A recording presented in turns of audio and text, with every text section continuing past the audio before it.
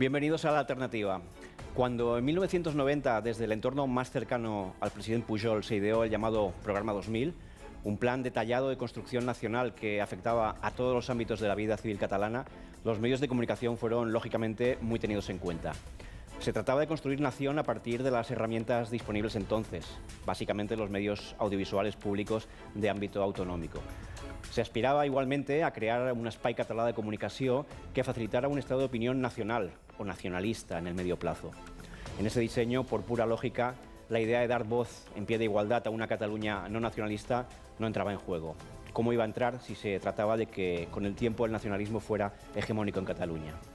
Hoy, 30 años después de ese proyecto 2000, un proyecto exitoso en muchos de sus objetivos, hacen falta herramientas comunicativas para compensar ese desequilibrio a favor del nacionalismo y mostrar en toda su riqueza la variedad de puntos de vista que hoy existen dentro de lo que conocemos como la Cataluña constitucionalista. Y ahí es donde este programa, que escoge como nombre La Alternativa, va a intentar, con toda modestia pero con toda la ilusión, aportar su granito de arena. Así que en eso estaremos cada domingo a las 10 de la noche aquí en TVCAT. Se nos hace ya tarde y queremos empezar. Nos ponemos desde este mismo instante manos a la obra.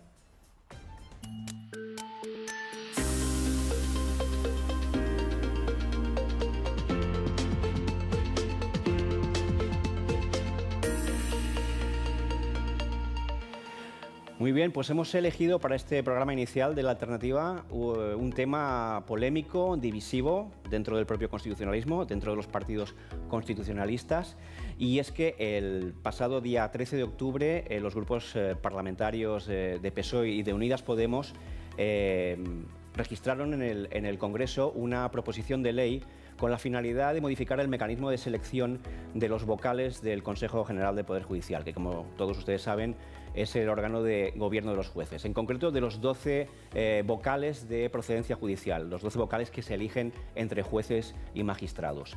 Lo fundamental y el motivo de la polémica y de la discusión es que se pretendía con esa reforma poder superar la limitación de 3/5 mayoría cualificada en las dos cámaras para la elección de esos 12 vocales, y en una hipotética votación en segunda ronda, tanto en Congreso como en Senado, poder elegir a los vocales con simplemente mayoría absoluta, es decir, la mitad más uno de los diputados y los senadores.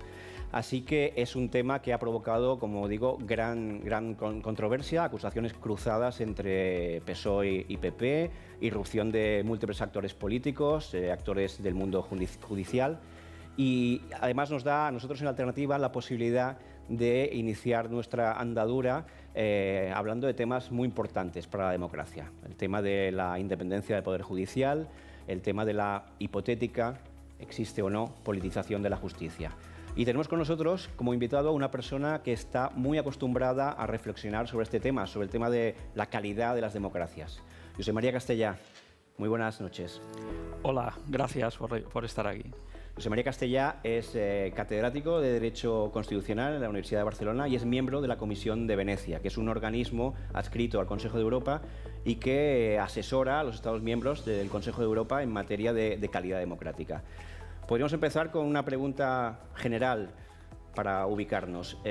Lo que ha pasado, este intento de reforma, ¿ha sido un salto cualitativo o, digamos, es la puerta a un umbral hacia algo preocupante? ¿O por contra, la politización de la justicia es un elemento que está ahí en la vida democrática española, quizá un punto débil, por otra parte, en una democracia bien considerada? Por ejemplo, en el último índice de Freedom House, España puntúa con un 92 sobre 100, y en la cuestión del Estado de Derecho recibe 4 puntos sobre 4, el máximo, aunque se dice que ciertamente el Consejo de Europa se ha ido quejando por el hecho de ese mecanismo de elección de los vocales, de los 12 vocales de procedencia judicial a partir del legislativo. ¿En qué situación estamos, José María?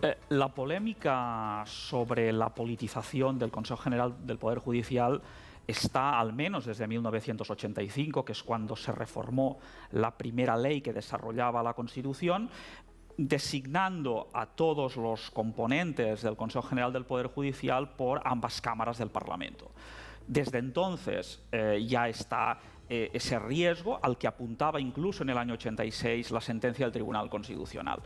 Lo que hemos visto a lo largo de todo este tiempo es que los partidos políticos han seguido y no han enmendado para nada ese riesgo, al contrario, han caído, digamos, en él reiteradamente, pero es bien cierto que lo que ha ocurrido en estos últimos días, lo que nos pone en evidencia es, al margen de que esto sea o no una tormenta de verano en otoño, es decir, de que pasada la moción de censura las cosas puedan volver a su cauce, al margen del hecho puntual en sí, sí pone en evidencia un hecho más profundo, que es, por una parte, el intento de ir más allá, de apretar el acelerador en una cuestión tan polémica de permitir a los partidos, por una mayoría absoluta, acabar decidiendo la composición de una parte importante del Consejo, y por esto, frente a esta situación, me temo, las instituciones europeas, sea del Consejo de Europa, sea de la Unión Europea, han querido frenar en seco esa tentación al margen de su factibilidad o no. Porque ¿cuál es el espíritu constitucional al respecto? En la Constitución se establecía esa diferenciación entre 12 vocales de procedencia judicial que supuestamente, aunque creo que la letra escrita no lo decía, pero se elegían entre los jueces, no se decía explícitamente por parte de los jueces, pero se suponía que era así, y los 8 restantes entre abogados y juristas de prestigio que sí que venían por la vía del legislativo. Este era el implícito que estaba en la Constitución y que la primera ley orgánica de desarrollo de 1980, por tanto, justo en el contexto de este espíritu constituyente, ponía blanco sobre negro y aclaraba. Y hacía, en este sentido, que se ha dicho, una composición mixta, 12 entre jueces, 8 juristas. Esto tampoco era, digamos, una novedad, era exactamente lo que ocurría en las dos experiencias de gobierno del Poder Judicial más cercanas, incluso geográficamente a nosotros, la francesa, que venía de 1946, y la italiana, justo después de la Constitución del 48. Por tanto, este era el entorno. Y además, esto, digamos, tenía una finalidad que era evitar las dos posibles tentaciones o acusaciones. Por un lado, un órgano totalmente judicial sería acusado de corporativo y, por otro lado, un órgano enteramente de elección parlamentaria o político podría ser acusado de politización. Era un justo medio, un equilibrio entre ambas. Porque esa es la dialéctica, ¿verdad? Las dos caras de posibles disfunciones. Por un lado, politización y por otro lado, corporativismo. Ese es el equilibrio tan delicado que se tiene que mantener.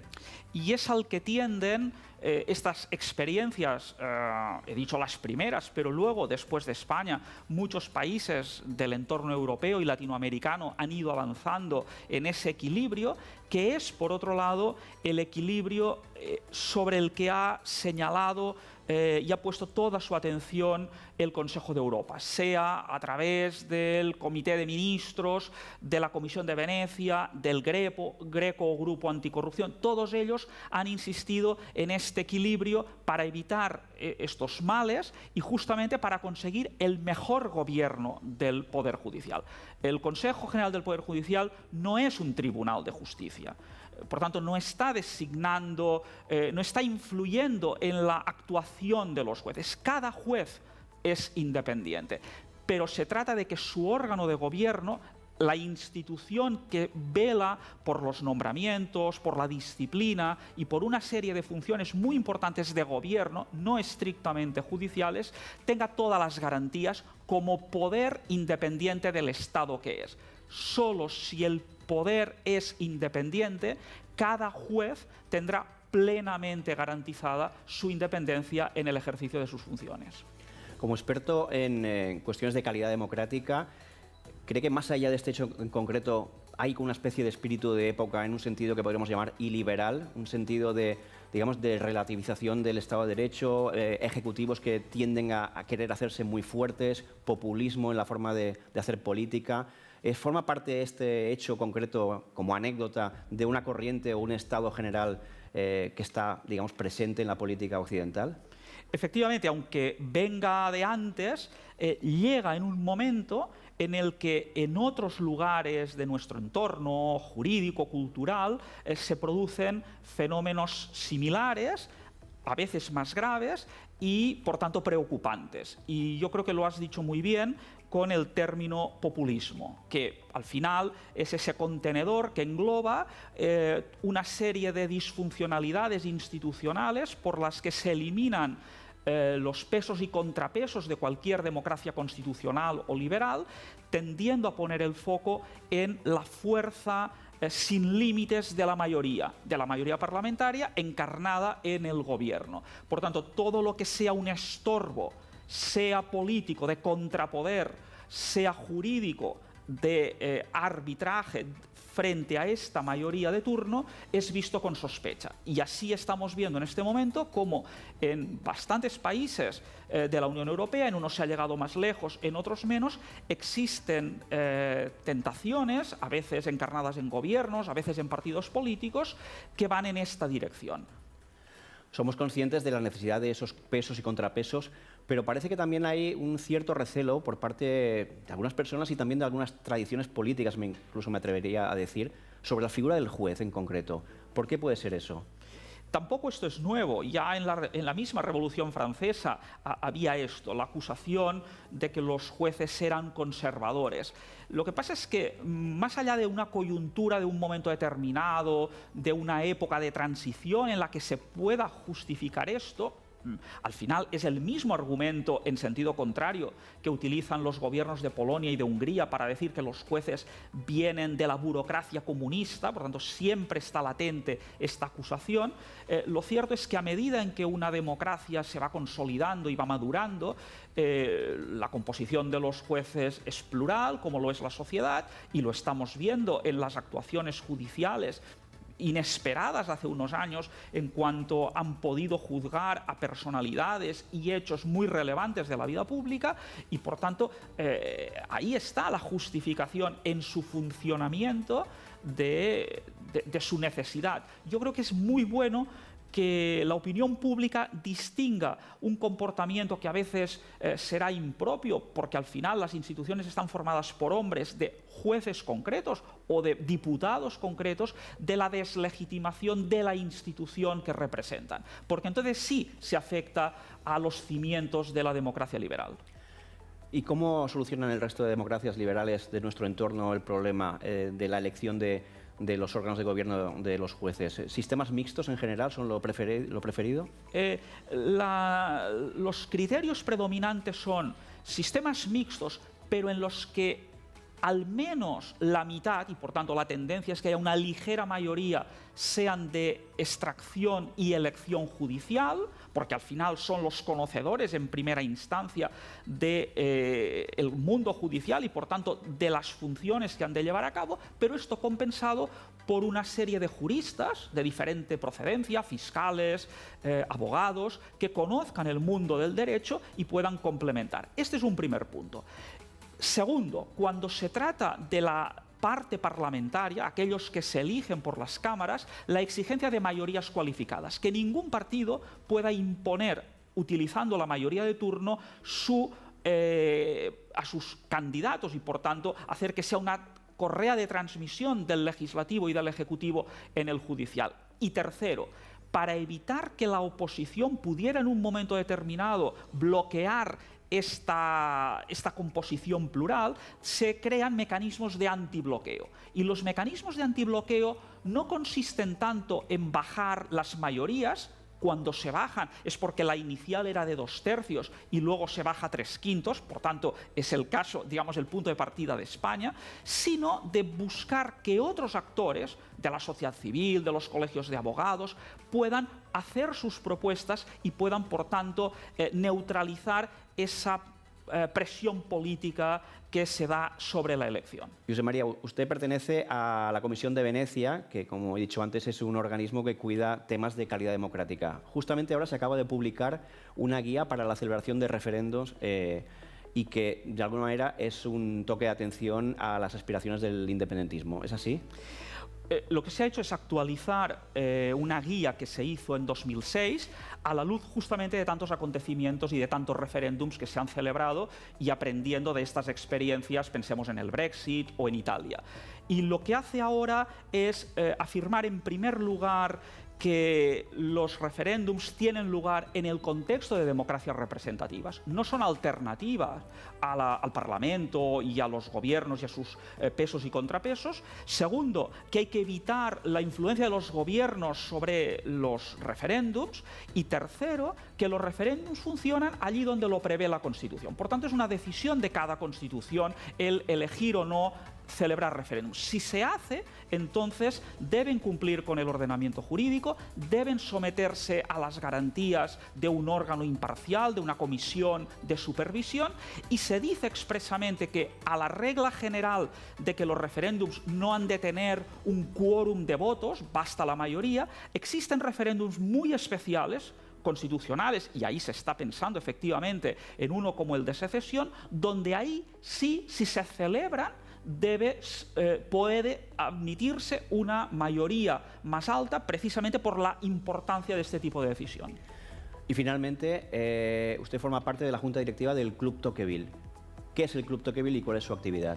El Club Tocqueville es un grupo de personas que nace en Cataluña para reunir y para reflexionar sobre la democracia constitucional, y nace aquí justamente porque Cataluña y Barcelona se convierten en un epicentro de esas tentaciones populistas que estamos viendo. Y por tanto, es bueno reflexionar, es bueno tener ideas, no para el combate político, sino en un plano prepolítico, que es reconstruir la opinión pública, reconstruir el espacio político en unos valores de respeto al sistema representativo, a la monarquía parlamentaria, al Estado autonómico, a la europeidad de Cataluña, es decir, a reflexionar sobre todos estos puntos sin una intención de bajar a la arena política, sino de buscar entre todos cómo reconstruimos esto que ha quedado tan erosionado en nuestra democracia. José María Castellà, muchísimas gracias por estar aquí con nosotros. Gracias y hasta a la vosotros. próxima. Únicamente yo creo que es contraria a la Constitución. El magistrado se basa en la sentencia 108/1986 del Tribunal Constitucional contra la reforma del sistema de elección de los vocales del Consejo en el año 1986. El Tribunal Constitucional dictó en esta sentencia que el sistema de elección de vocales sería acorde a la Constitución si lograse evitar que se convirtiera en un mecanismo de traslación de lo que es el mapa de mayorías parlamentarias. De todo esto, ¿qué subyace?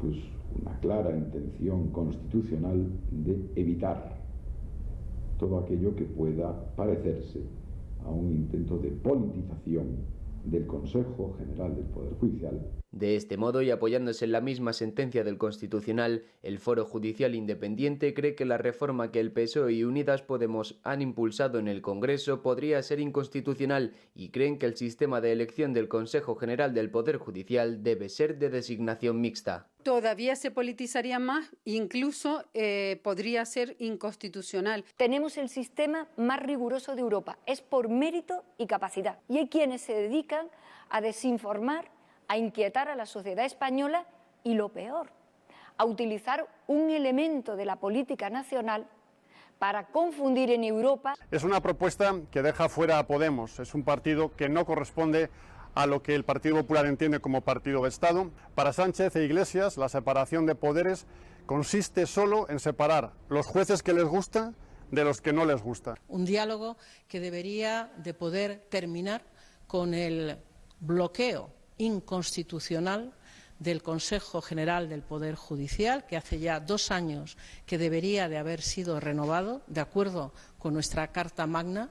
No solamente no han sido renovados sus miembros, sino que ese Consejo General del Poder Judicial lleva 2 años tomando decisiones que no debería de hacer en este contexto. Bueno, pues ya hemos visto más o menos la evolución del tema desde el principio hasta este momento. Primero, bronca política entre el PSOE y el Partido Popular, y vemos aquí este último corte de Cristina Narbona, un intento ya de aproximación, y el jueves pasado se produjo, coincidiendo con el final de la moción de censura, también unas declaraciones del presidente del Gobierno en ese sentido, en el sentido de poder llegar a un acuerdo con el Partido Popular para desactivar, digamos, el problema o desbloquearlo, mejor dicho. Y para ello tenemos, para seguir hablando de esta cuestión que nos interesa hoy, a nuestra primera mesa de debate aquí en La Alternativa. Tenemos con nosotros a Montserrat Nebrera. ¿Qué tal? Buenas noches, ¿cómo estás? Buenas noches. Montserrat Nebrera es catedrática, ¿verdad?, de Derecho Constitucional, exacto, y política también. Lo fui. ¿Lo fuiste? Bueno, nunca se deja de ser, ¿no? De alguna manera. Nunca se deja, es verdad. Tenemos también a Manuel Eiriz, que es juez, es directivo de una de las asociaciones más importantes de la Judicatura, la Asociación Profesional de Magistrados, ¿verdad? De la Asociación Profesional de la Magistratura. De la Magistratura. Sí. Y tenemos a Sonia Reina, que es jurista y que es miembro de la Junta de Sociedad Civil Catalana. Buenas noches. Buenas noches, Sonia. Pues bueno, yo os quiero pedir primero un aterrizaje según vuestra perspectiva de este tema. ¿Qué evaluación hacéis del problema y en qué situación creéis que está? Una primera aproximación general. Empezamos con Montserrat, por ejemplo. Sí, tenemos desde siempre una polémica respecto de quién debe elegir al órgano que gobierna a los jueces y es sabido que en derecho comparado hay todo tipo de posibilidades. La nuestra es una de ellas, que deja una parte abierta, y sobre esa parte abierta ahora tenemos una polémica muy encendida porque los consensos necesarios para llevar a cabo la elección pues no se producen. Yo creo que la solución, evidentemente, no ha sido nunca el cambiar las leyes para acotar las mayorías, hacerlas más pequeñas. Tampoco creo, de todas maneras, que sea factible que el órgano de gobierno de los jueces se gobierne él solo a sí mismo y que, por tanto, decida todo la propia magistratura, por una razón esencial, y es que es el único poder en una separación de poderes, tal y como la planteamos en el Estado de Derecho, que tiene la posibilidad luego de pronunciarse a través de las sentencias y, por tanto, sería... Aquellos que critican el activismo político, que no soy yo, dirían que no tendrían ningún tipo de, control, ¿no? El hecho de que el Parlamento, como las Cortes Generales, como órgano de representación popular, tenga algo que decir y decida, por lo menos en las ternas que los jueces presenten, yo creo que es una buena solución. Lo que hay que activar inmediatamente es la responsabilidad de los políticos, porque la parte que les toca la tienen que cumplir. Cuando eso se produce, por ejemplo, en el Vaticano, que no dejan salir a todos los cardenales hasta que no eligen al Papa, pues esto es lo mismo. Deberían quitarles incluso, excepto el pan, el sueldo. Manuel. Bueno, la posición que mantiene la Judicatura en relación con esta cuestión es una posición que yo creo que es hasta cierto punto bastante unánime o próxima a la unanimidad. Desde luego lo es entre tres de las asociaciones judiciales, entre ellas la asociación a la que yo represento en este momento, que es la asociación mayoritaria de los jueces y magistrados, en el sentido de decir que el espíritu que late en la Constitución española de 1978 es, más concretamente en su artículo 122 tercero, es el de entregar a los jueces y magistrados no solamente la representatividad de que una parte de los vocales del Consejo sean jueces, sino también de la capacidad de elegirlo. El Tribunal Constitucional tuvo ocasión de pronunciarse respecto de esta cuestión en su famosa sentencia de 1986 respecto a la reforma de la Ley Orgánica del Poder Judicial del 85, y no dijo que el sistema que se instauró entonces fuera inconstitucional, sino que dijo que el sistema que se instauró entonces era un sistema que, en todo caso, podía facilitar que algo que en definitiva se ha producido se produjera, es decir, trasladar las tensiones parlamentarias al seno del órgano de gobierno de los jueces. Por este motivo, nosotros siempre hemos defendido devolver, contrariamente a lo que en lo que manifiesta Montserrat, devolver a los jueces matizadamente. Devolver a los jueces no la designación de todos los vocales del Consejo, que es algo que ni se ha producido jamás ni sería constitucional, sino de los 12 vocales de mayoría judicial, porque como dice el Tribunal Constitucional, probablemente, hipotéticamente, dice en esa famosa sentencia, podría ser precisamente la traslación más adecuada de la realidad plural de la carrera judicial. Nosotros estamos a favor de eso. Desde luego, estamos a favor de eso y que ahora nos veamos en la tesitura de tener casi que conformarnos con quedarnos en la situación en la que estábamos, que siempre hemos considerado nefasta, porque se pretendan reducir las mayorías necesarias para renovar el Consejo General del Poder Judicial, y nuevamente, volviendo a la sentencia del Tribunal Constitucional, esa mayoría era precisamente una garantía del pluralismo en la renovación de los vocales de procedencia judicial. Bien, que nos veamos en esta tesitura, creo que es, voy a utilizar una expresión casi dramática, pero creo que es sobrecogedor, y así lo consideramos no solamente los jueces y magistrados mayoritariamente, sino creo que está claro que las instituciones europeas se están manifestando en este mismo sentido, y las asociaciones judiciales europeas. Creo que, bueno, que es una cuestión compleja, discutible, pero no me parece discutible esta última reforma en modo alguno. Sonia. Pues como ves, con las intervenciones de Manuel y de Montserrat, lo que sí que está claro es que en todo el mundo jurídico, y no diríamos el 100%, pero sí, por ejemplo, el 99%, hay un consenso de que el Consejo General del Poder Judicial debe ser elegido en parte por los propios jueces. Sí que es cierto que luego el cómo se instrumenta esa elección, ahí sí que es un debate que todavía está por hacer. Y está por hacer porque desde el principio, en el 80 teníamos una ley que lo que hacía era 12 vocales se elegían directamente por la Judicatura, y 8, 4 y 4 por el Senado, 4 por el Congreso, entre juristas de reconocido prestigio. Y eso funcionó, no dio tiempo a ver cómo funcionaba porque en el 85 ya nos modificaron.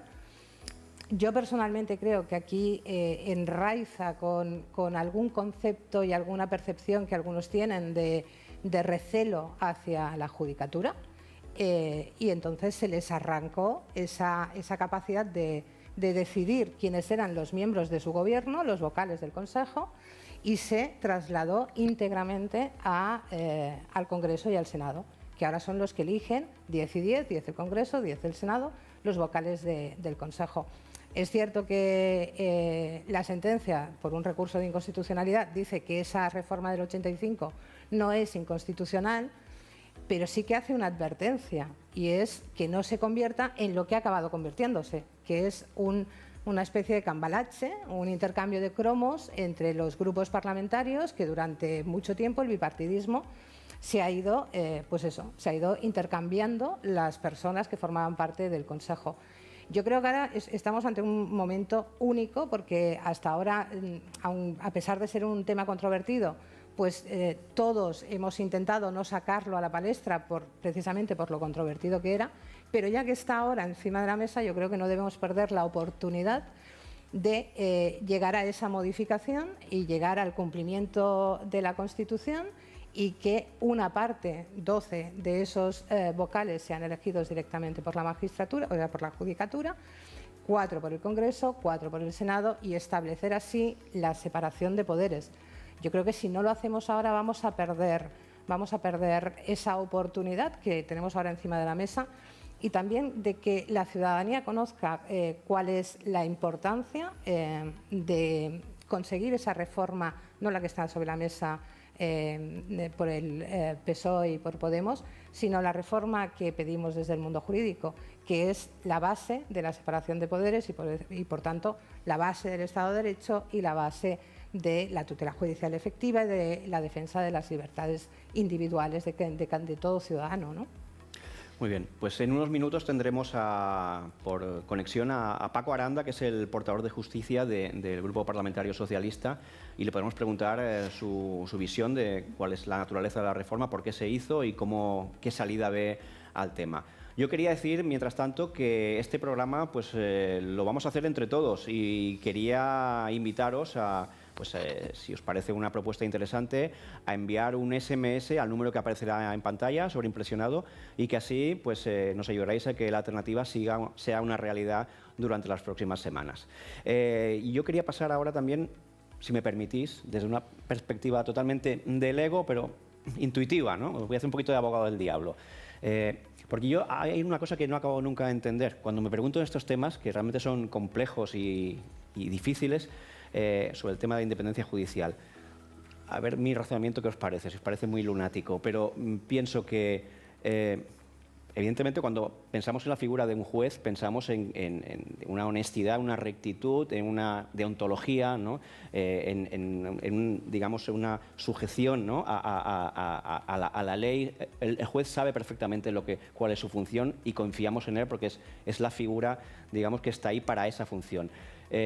Sin embargo, me da la sensación que cuando hablamos de la politización y hablamos de, digamos, la elección por parte del legislativo, cuando se manifiesta esos miedos, ¿no? a esa politización, de repente parece como si tuviéramos que concebir la figura del juez como una figura voluble, fácilmente. Es como si de repente entrara en sospecha y ¿tiene eso? ¿Ahí hay algún punto débil a la hora de interpretar eso? A mí me da la sensación de que pierdes todos sus atributos el juez a la hora, digamos, por el mero hecho de que la elección venga desde las cámaras. Ya digo que hago un poquito de abogado del diablo, pero me da la sensación de que hay como dos modelos de juez ahí, ¿no? En mente, el que consideramos como independiente y al que consideramos luego como frágil, vulnerable.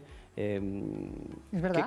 Es verdad, yo visto desde la perspectiva de los que nos dedicamos al estudio más teórico, ¿no? del derecho constitucional, parece como una cosa contradictoria. Estamos diciendo que los jueces tienen que gobernarse a sí mismos, y de pronto nos damos cuenta de que si son elegidos desde el punto de vista político, damos por hecho que van a ser elegidos en razón de su ideología y que por tanto se van a comportar de acuerdo con esa ideología. Esa percepción ciudadana de que los órganos, sobre todo en las instancias más altas de la cúpula judicial, pueden ser condicionados y que de hecho lo son por el hecho de haber sido elegidos, tiene que ver con una falta de cultura jurídica, yo creo, total. En Estados Unidos se elige a los magistrados del Tribunal Supremo por parte del presidente del Gobierno y ha habido una polémica de si tiene que ser o no tiene que ser uno o el otro, pero uno se da cuenta de que en el momento en que entran, por supuesto que tienen su ideología. Todos tenemos una ideología. ¿Quién no la tiene?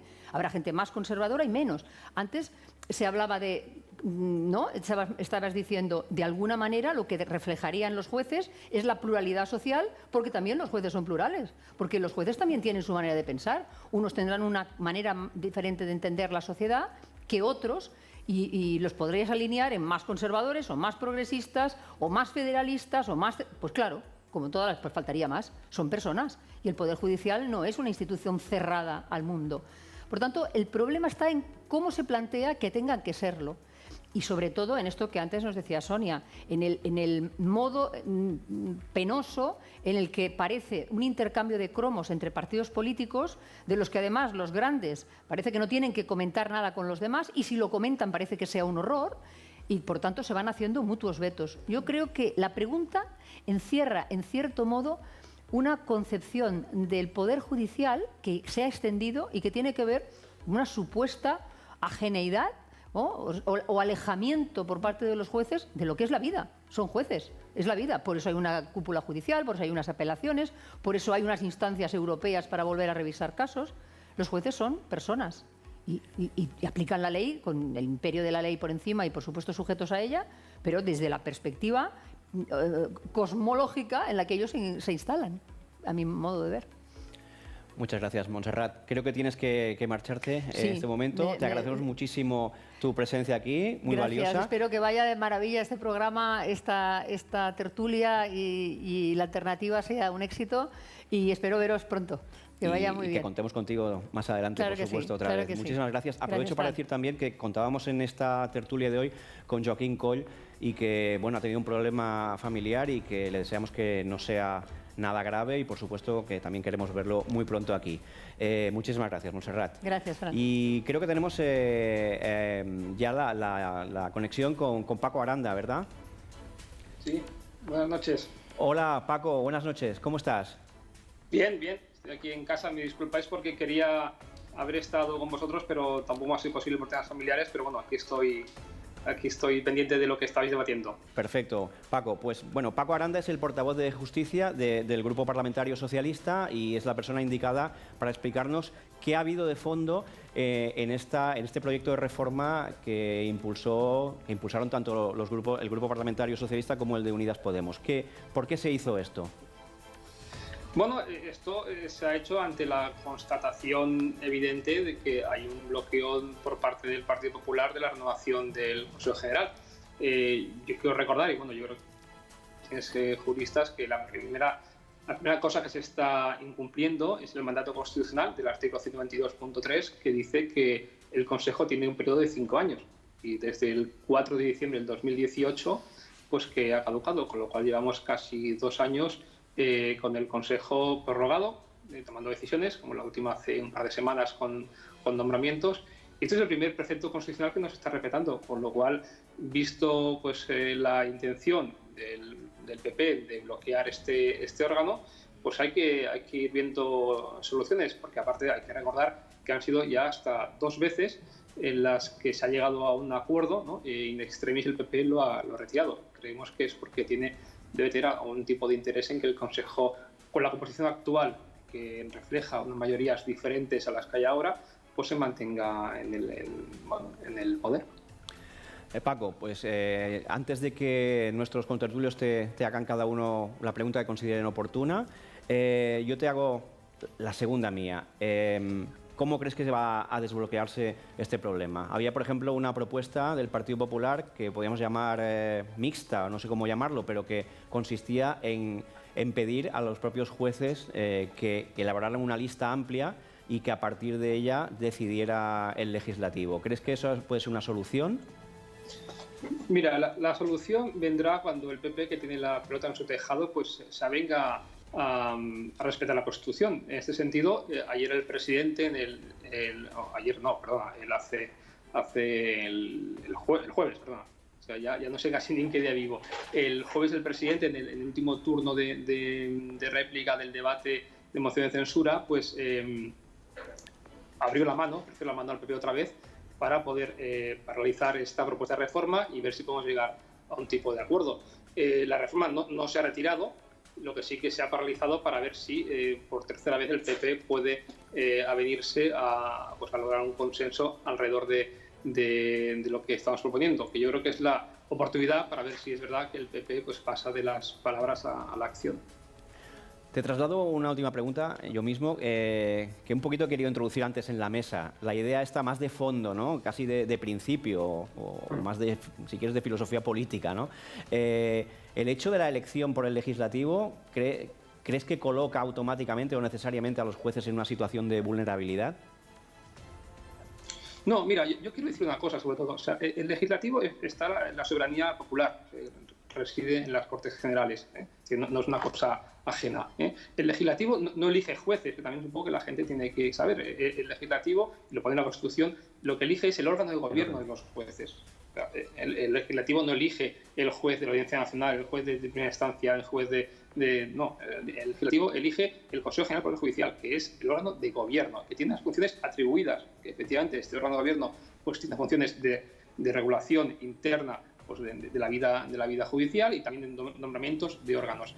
El Poder Judicial lo ejercen los jueces y magistrados, las juezas y magistradas con total y absoluta independencia judicial. Eso es una cosa que también hay que tener claro. Que el Legislativo, las Cortes Generales, el Senado y el Congreso tengan la potestad de elegir los miembros del Consejo General del Poder Judicial no tiene nada que ver con la independencia judicial. Es una cosa que yo sí que quisiera dejar claro, porque a veces se explica mal. No, el Congreso no elige al juez de primera instancia de Sabadell, elige al órgano de gobierno de los jueces. Y ese órgano de gobierno, que es el órgano que está ahora, pues hace 2 años, en prórroga, está bueno, pues caducado, y es lo que creemos que ante esta actitud del PP hemos de intentar trabajar. A ver si ahora, pues con la última propuesta del presidente lanzada en sede parlamentaria en el final de la moción de censura, pues podemos ver si hay de verdad una voluntad real del PP de poder desatascar este asunto, o si solo vamos a ver pues lo que ha hecho hasta ahora, que es intentar boicotear sistemáticamente la renovación. Yo sí que me gustaría también a veces ver un poco la misma, entendedme entre comillas, indignación que hay, ¿no? O indignación o críticas, por no ser tan duro, ¿no? Por la propuesta lanzada por los grupos que dan soporte al gobierno, con la actitud del PP, porque hasta ahora este debate tampoco lo hemos tenido. O sea, ¿quién se posiciona ahora mismo diciendo claramente que es intolerable que el PP se oponga a tener una mayoría para renovar el Consejo General? ¿Queréis hacer alguna pregunta a Paco Aranda, Manuel o Sonia? Una valoración, más que una pregunta, si me lo permitís. Sí, yo le haré una pregunta luego. Pues adelante, Sonia, si quieres. Pues adelante mejor, Sonia. ¿Sí? Empieza tú. Vale. Buenas noches, Paco. Yo te quería preguntar, porque estás hablando de la reforma, estás tirando también el tema del supuesto y presunto bloqueo del Partido Popular. Tenéis una reforma encima de la mesa desde febrero del 2020 que presentó Ciudadanos, en la que se establece, o sea, se pretende que 12 de los miembros del Consejo General del Poder Judicial sean nombrados por los propios jueces, que es lo que viene establecido en la Constitución. Es decir, lo que no podemos hacer es, y lo sabéis porque tenéis los informes del Greco y tenéis el toque de atención y el tirón de orejas del Consejo de Europa. No puede ser que se vulnere la Constitución cambiando la mayoría de 2/5 a mayoría simple. Entonces, yo creo que en vez de estar en estas disputas típicas que lleváis muchísimo tiempo haciendo, quizás la propuesta que tenéis desde febrero de 2020 es una muy buena opción para despolitizar el Consejo General del Poder Judicial y cumplir lo que establece el 122.3 de la Constitución. Bueno, yo en primer lugar no calificaría de presunto el bloqueo del PP. Yo creo que después de 2 años es una evidencia. O sea, presunto sería si llevásemos pues una semana de prórroga, pero llevamos, ya digo, desde el 4 de diciembre de 2018 prorrogados, lo cual no es presunto. No es presunto tampoco porque llevamos hasta casi dos acuerdos a punto de llegar y han sido echados para atrás, el último no hace mucho, por el PP, con lo cual, de entrada, no es presunto. Es una evidencia que el PP está bloqueando y ellos tendrán que explicar por qué intereses esta renovación. En segundo lugar, sí, está esta propuesta de Ciudadanos, que yo entiendo que puedas defender, pero también entenderás que puede ser, no es nuestro modelo, es un modelo que ya estaba en el año 80 y no es un modelo que ahora mismo pues, estemos de acuerdo. Yo creo que el modelo de que sean las Cortes Generales, que es donde, repito, reside la soberanía popular, las que tengan la elección de los órganos, de los miembros del Consejo General, pues es la adecuada. La mayoría de 3/5 que comentabas, bueno, la propuesta nuestra no la invalida, porque de hecho pone que se tenga que aprobar por 3/5. Eso es lo primero que dice. Entonces está en la mano del PP en respetar esto. Lo que dice es que en segunda vuelta, después de 48 horas, pues se pondría otra mayoría, que por cierto, una mayoría que ya existe en otras instituciones. Porque yo quiero recordar que, por ejemplo, el presidente del gobierno se elige por mayoría absoluta. Por ejemplo, es decir, que no es una mayoría ajena a otros órganos del Estado, y es una mayoría además cualificada. Y tampoco considero que sea pues una riña. Esto es como cuando dicen que todos los políticos son iguales, o que todos los políticos critican, o que en los plenos hay peleas. No es verdad. Hay una parte que lo hace y otra no. Nosotros ya estamos a veces pues muy acostumbrados a que en los plenos del Congreso haya una bancada, ¿no?, que se dedique a interrumpir, a insultar, a criticar, y la otra respetemos los turnos, y luego nos encontramos con que todos los políticos son iguales. Pues en este caso es un poco lo mismo. Pues no somos todos iguales. Hay un partido que está bloqueando, que por cierto espero, y repito, no por tercera vez, que después de lo que el presidente dijo el jueves, pues pueda recapacitar y ayudar al consenso, y hay otra gente que estamos intentando pues, desbloquear una situación que ya se prolonga demasiado en el tiempo, y no solo con el CGPJ, sino también con el Defensor del Pueblo o con otros órganos como el TC. Manuel Eiriz, querías hacer una... Bueno, yo quería hacer una valoración, que no sé si de alguna manera se convierte en una pregunta, pero el diputado ha hecho ha manifestado, ha dejado caer que de alguna manera las asociaciones judiciales e incluso la carrera judicial podría estar mostrando una posición crítica distinta en cuanto a la posición del Gobierno y de los partidos que forman el Gobierno y de la posición del Partido Popular. Bueno, a mí me gustaría recordarle que al Partido Popular se le han hecho desde la carrera judicial nada menos que 3 huelgas de jueces, con toda la violencia institucional que entraña que nada menos que un poder del Estado se ponga en huelga. Es decir, al Partido Popular se le ha dado un tratamiento extraordinariamente duro, igual que ahora la respuesta de las organizaciones judiciales y de los jueces está siendo también dura respecto del gobierno del Partido Socialista.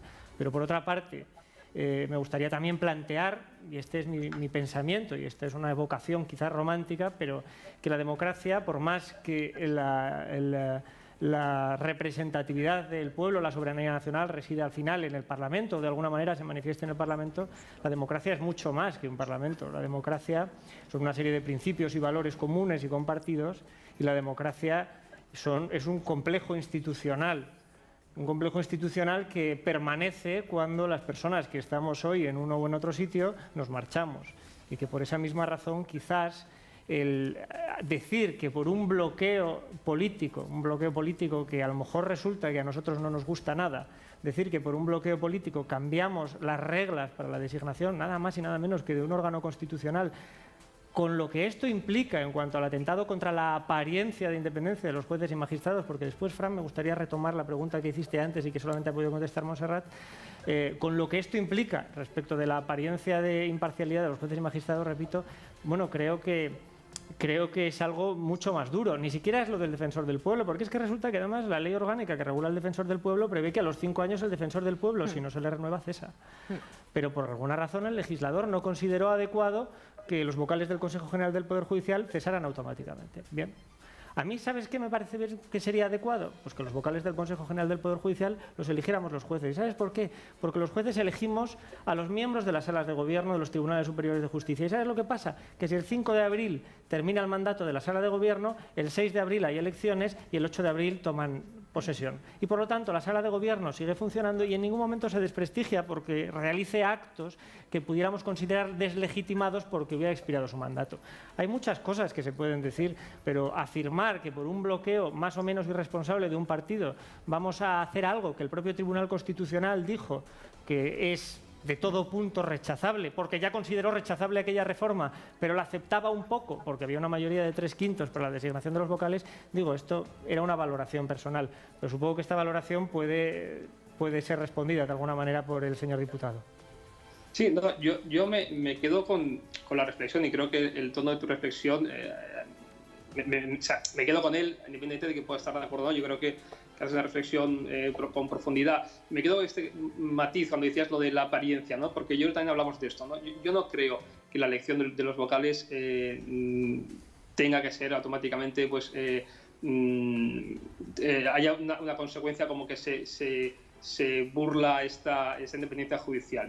Por eso el matiz que dices de apariencia es importante de decirlo, porque yo creo que hay que dejar bien claro que no es así. Yo lo que digo es que, evidentemente, conozco pues, las huelgas que se ha hecho desde el Poder Judicial a los gobiernos del PP. Yo lo que digo es que este debate que estamos teniendo ahora, que es un debate legítimo, evidentemente, es una propuesta de dos grupos, es una propuesta que tendría que ir pues, a una tramitación parlamentaria, evidentemente pues, sujeta a lo que las mayorías del Congreso tengan a bien, ¿no? Pero este debate yo lo he echado en falta en estos 2 años para poder desbloquear esta situación, porque yo creo que sí, lo que sí que todos podemos estar de acuerdo y quizás poner un punto de mínimo común denominador es que no podemos tener un órgano de gobierno de los jueces caducado y tomando decisiones, porque aparte esta es otra cosa. La otra parte de la propuesta es qué puede hacer un órgano de gobierno caducado, qué tipo de decisiones puede tomar. ¿Puede tomar decisiones como las últimas de nombrar jueces del Supremo, por ejemplo? ¿O puede solo limitarse a hacer pues, nombramientos o decisiones más de la logística diaria del órgano de gobierno?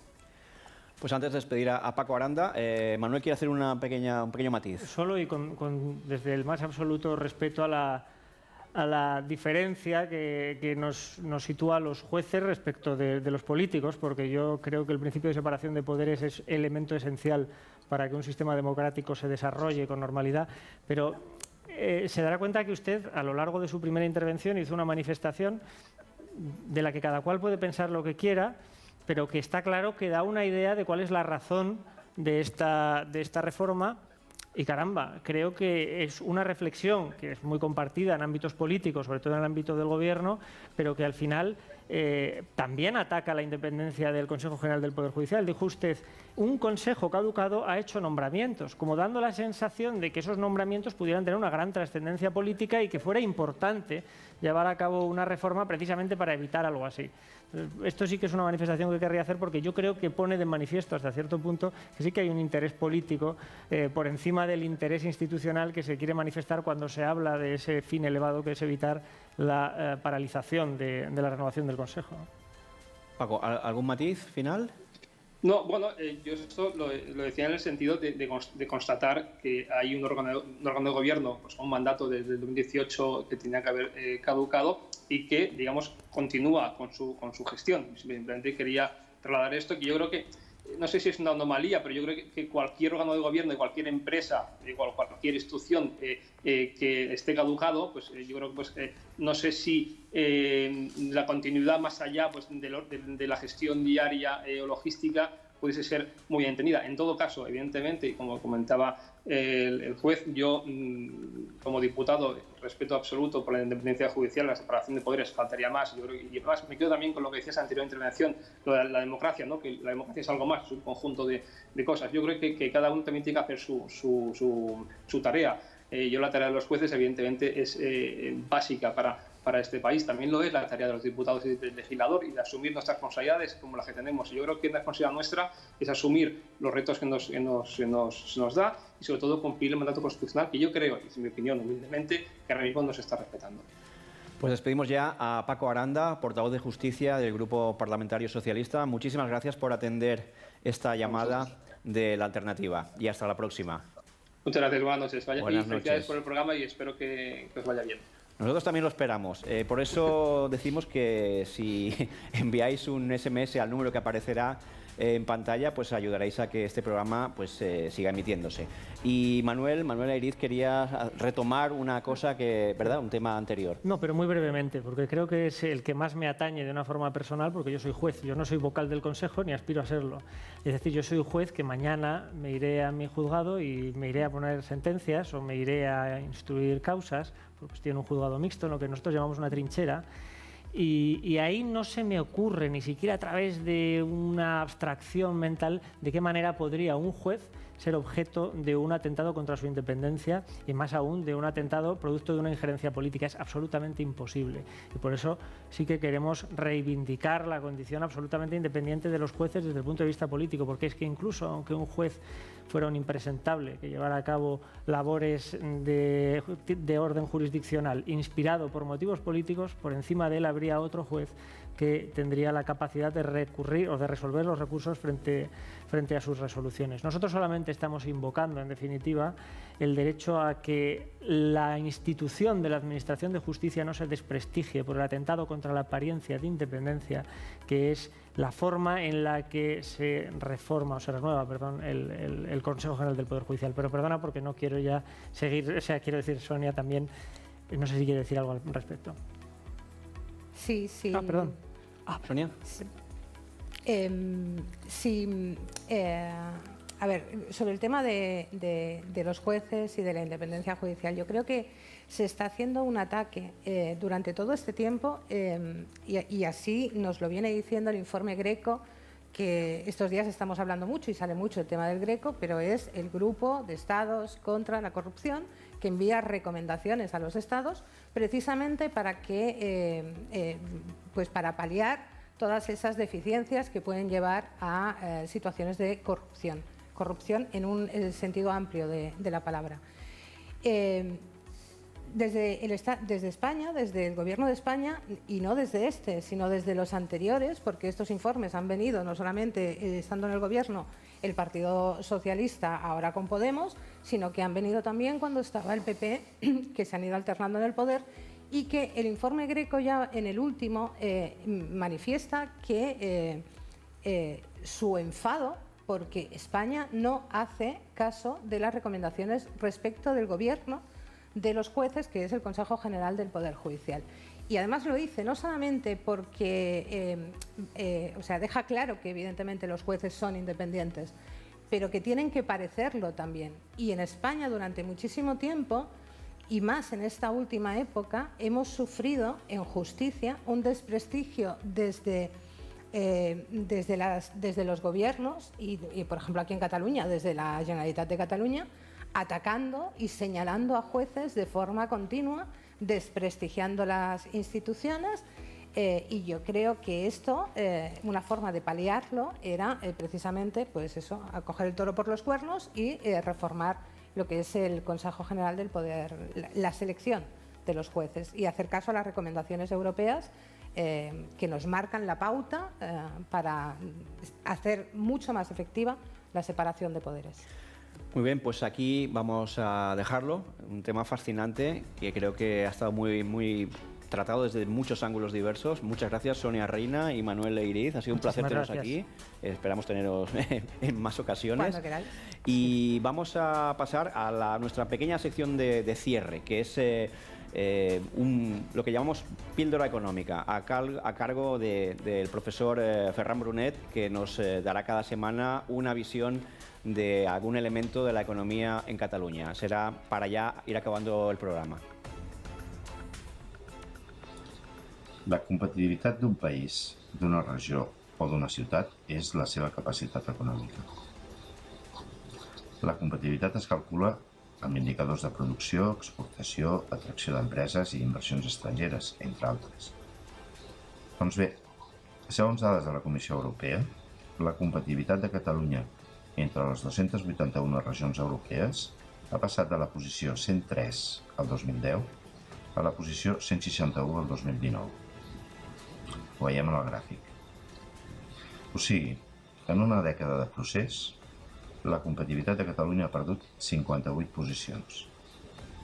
I, ull, la Comunitat de Madrid està en la posició 98. Catalunya, 161. Madrid, 98.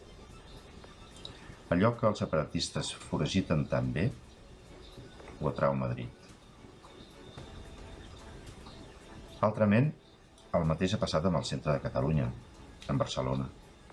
Entre les ciutats europees, el 1990, Barcelona era en el lloc 11. En l'embranzida d'inversions arran dels Jocs Olímpics, el 2010 assolí la posició 4. Però el 2019 havia retornat a la posició 11. És el retorn al Titanic. Aquesta davallada de la competitivitat de Catalunya sintetitza el cost que els catalans paguem pel procés. El procés ens roba. El procés ens ha robat les institucions catalanes, segrestades pels separatistes. Ens ha robat la competitivitat, l'enteniment, la llibertat, els diners, l'ocupació, el futur. Ens ha dut a la decadència. Cal que els catalans aturem la decadència de Catalunya. Cal que els catalans, el 14 de febrer, votem constitucionalista. Muy bien, pues ahora sí que ya despedimos esta primera edición de La Alternativa. Ha sido un verdadero placer estar con ustedes y esperamos que la semana que viene, el domingo a las 10, pues vuelvan a vernos. No voy a compararme con lo que hizo, pero lo que hicieron los Beatles en ese enero de 1969, en que dieron un concierto en la azotea y al acabar dijeron: esperemos que hayamos pasado la prueba. Nosotros, desde la modestia más absoluta ante esos monstruos, pues queremos creer que hemos pasado también la prueba y que estaremos con ustedes acompañándoles. Hasta la semana que viene.